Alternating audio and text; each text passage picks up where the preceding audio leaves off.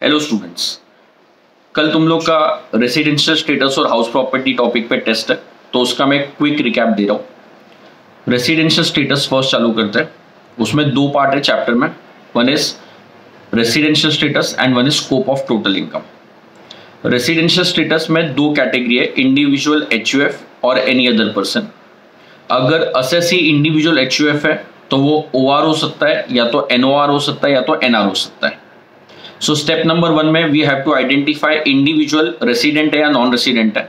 एक बार रेसिडेंट मालूम पड़ा, then we move ahead OR है या NOR है। सो रेसिडेंट नॉन रेसिडेंट के लिए गवर्नमेंट ने बेसिक कंडीशन बनाई है। बेसिक कंडीशन में दो बेसिक कंडीशन है, कंडीशन 1, कंडीशन 2, बीच में और है। कंडीशन 2 में A, B एंड बीच में एंड है। Condition number 1 182 days previous year में होना चाहिए। कंडीशन 2A 60 डेज और मोर प्रीवियस ईयर में होना चाहिए। कंडीशन नंबर 2B 365 डेज होना चाहिए इन 4 years preceding the previous year. अगर कोई भी एक बेसिक कंडीशन सेटिस्फाइड है, आइदर 1 और 2, तो आप रेसिडेंट इंडिया में बन जाओगे। ये वाली कंडीशंस के दो एक्सेप्शन थे। अगर इंडियन सिटीजन जो इंडिया में रहता है, इंडिया छोड़ के जा रहा है for the purpose of employment, और इंडियन सिटीजन और person of Indian origin residing outside India अगर इंडिया में आ रहा है फॉर विजिट, तो ये दो केस में ओनली 182 डेज वाला कंडीशन एप्लीकेबल है, 60 डेज वाला कंडीशन एप्लीकेबल नहीं है। सो अगर वो 182 डेज से कम इंडिया में है तो सीधा नॉन रेसिडेंट हो जाएगा, उसको OR NOR चेक करने का जरूरत नहीं है, 60 डेज वाला कंडीशन पे जाने का जरूरत नहीं है। फिर और दो नए एक्सेप्शंस फाइनेंस एक्ट 2020 ने इंट्रोड्यूस किए थे कि अगर आप इंडियन सिटीजन हो या तो person of Indian of origin हो, अगर आप इंडिया में विजिट के लिए आ रहे हो और इंडिया में अगर आप 120 डेज हो during the previous year and 365 days और मोर हो इन 4 years preceding the previous year, and if your income other than foreign source 15 lakh को एक्सीड होता है, तो आप डायरेक्टली R एंड NOR बन जाओगे, आपको एडिशनल कंडीशन चेक नहीं करना है। Indian citizen residing outside comes to India for visit, income more than 15 lakh other than foreign source, so only 120 and 365 days, और अगर ये satisfy हो गया तो you are directly a resident and not an ordinary resident।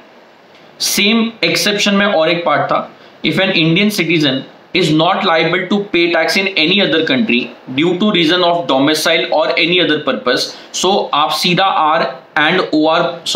आप सीधा R NOR बन जाओगे अगर आपका income other than foreign source 15 lakh के ऊपर है। सो दो एक्सेप्शन में ओनली फर्स्ट कंडीशन एप्लीकेबल था तो यू आर अ रेसिडेंट, और ये जो दो नए एक्सेप्शन आए उसमें आप सीधा R NOR बन जाओगे। इनकम 15 लाख के ऊपर होना चाहिए, और वो जो इनकम है 120 डेज वाले कंडीशंस के साथ अटैच होएगा, या तो फिर no tax in foreign country के साथ अटैच होएगा। Once you are a resident then you have to check whether you are ordinary resident और not ordinary resident. Resident and not ordinary और रेसिडेंट बट नॉट ऑर्डिनरी, इसके लिए additional condition है। दो condition है, कंडीशन 1, कंडीशन 2।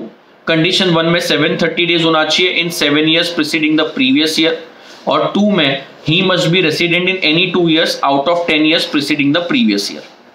अगर दो additional condition satisfy हो जाता है तो आप OR बन जाओगे, एक भी सेटिस्फाई नहीं होता है या एक ही होता है तो आप NOR बन जाओगे। नंबर ऑफ डेज कंप्यूट करने में date of arrival in India and date of departure from India दोनों काउंट होना चाहिए।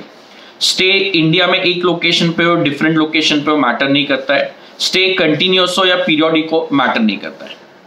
That was residential status of individual. Next अपन ने किया था residential status of HUF, control and management. अगर होली और पार्टली इन इंडिया है सो रेसिडेंट, होली आउटसाइड है तो non resident. HUF OR NOR हो सकता है depending upon the status of कर्ता OR है तो HUF OR होएगा, नहीं तो NOR हो जाएगा।